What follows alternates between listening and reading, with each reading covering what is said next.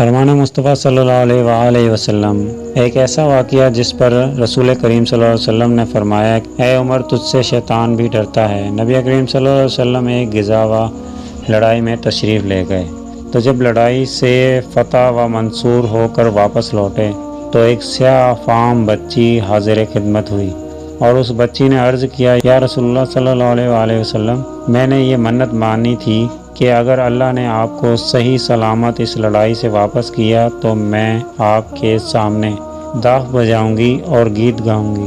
اس پہ رسول کریم صلی اللہ علیہ وآلہ وسلم نے فرمایا، اگر تو آپ نے منت مانی تھی تو آپ بجا لو ورنہ نہیں۔ اس بچی نے داف پکڑی اور بجانے لگی۔ اتنے میں حضرت ابو بکر صدیق رضی اللہ عنہ آئے تو وہ بجاتی رہی۔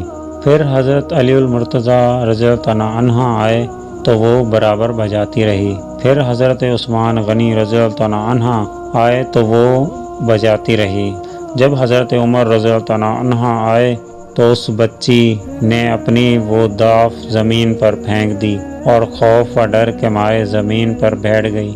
اس پر رسول کریم صلی اللہ علیہ وآلہ وسلم نے فرمایا، اے عمر تجھ سے شیطان بھی خوف کھاتا ہے۔